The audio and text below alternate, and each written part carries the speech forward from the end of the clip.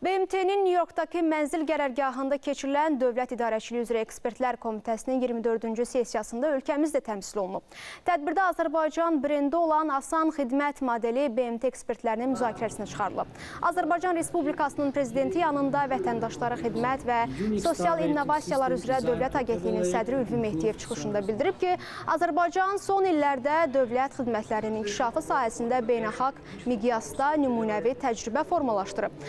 Asan xidmət vətəndaş mərkəzli idarə etmə prinsiplərinə əsaslanır və bu model heç kimi kənarda qoymamaq fəlsəfəsini təcəssüm etdirir deyə agentlik rəhbəri vurğulayıb. BMT-nin Dövlət İdarəçiliyi üzrə Ekspertlər Komitəsinin üzvləri də Azərbaycanda dövlət xidmətlərinin göstərilməsi sahəsində görülən işləri və Asan xidmətin əldə etdiyi nailiyyətləri yüksək qiymətləndiriblər. Səfər çərçivəsində Dövlət Agentliyinin sədri ilə BMT Baş Katibinin iqtisadi və sosial məsələlər üzrə müavini arasında görüş də keçirilib.